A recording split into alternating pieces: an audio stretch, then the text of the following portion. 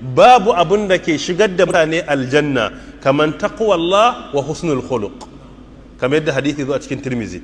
Annabi ya ce abin da zai kai mutum aljanna cikin sauki shine na farko taqwallah, mutum ya zama mai takawa, cikakkiyar biyayya zuwa ga Allah. Na biyu wa husnul khuluq, kyawawan ɗabi'u. Waɗannan ababe guda biyu su suke kai mutum aljanna cikin sauki. innar rajula la yablugh bi husni khuluqihi a'la daraja fil janna wa huwa ghayru abid.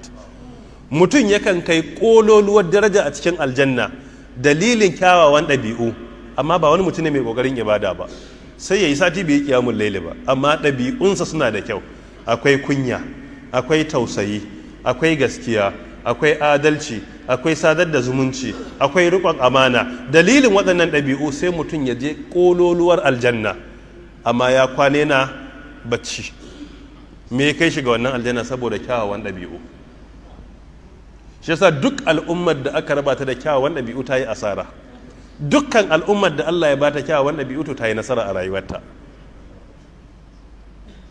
wanda yana cikin fitnar da ake ciki a yanzu.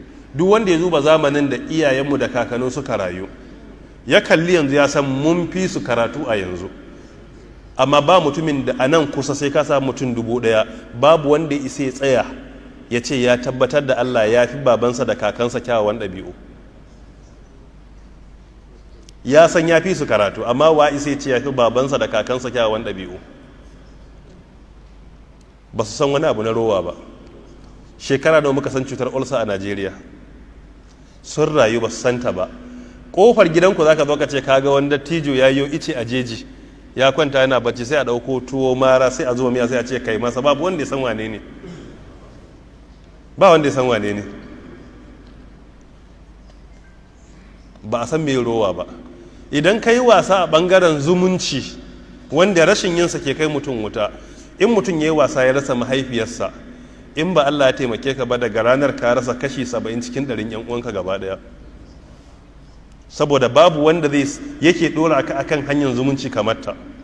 Ka fita jin wa'azi, ka fita sauraron wa'azi, duk aya da hadisin zumunci ka ji, amma in ka je sai na ce an yi rasuwa gidan suwa na ka je kuwa, gidan babar ka wani an haihu ka je kuwa, rabanka da waje ka zafa tun yaushe, ita take saka.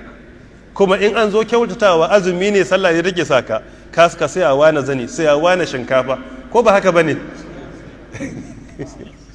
So ran da zaka yi ran da babu ita kai wasa daga ranar ka rasa yan uwanka da dama, sai kuma taimakon Allah.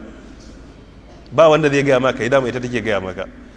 Amma bata san hadisan zumunci ba, bata san ayoyin ba, bata taba zuwa wa'azin ta ji ba.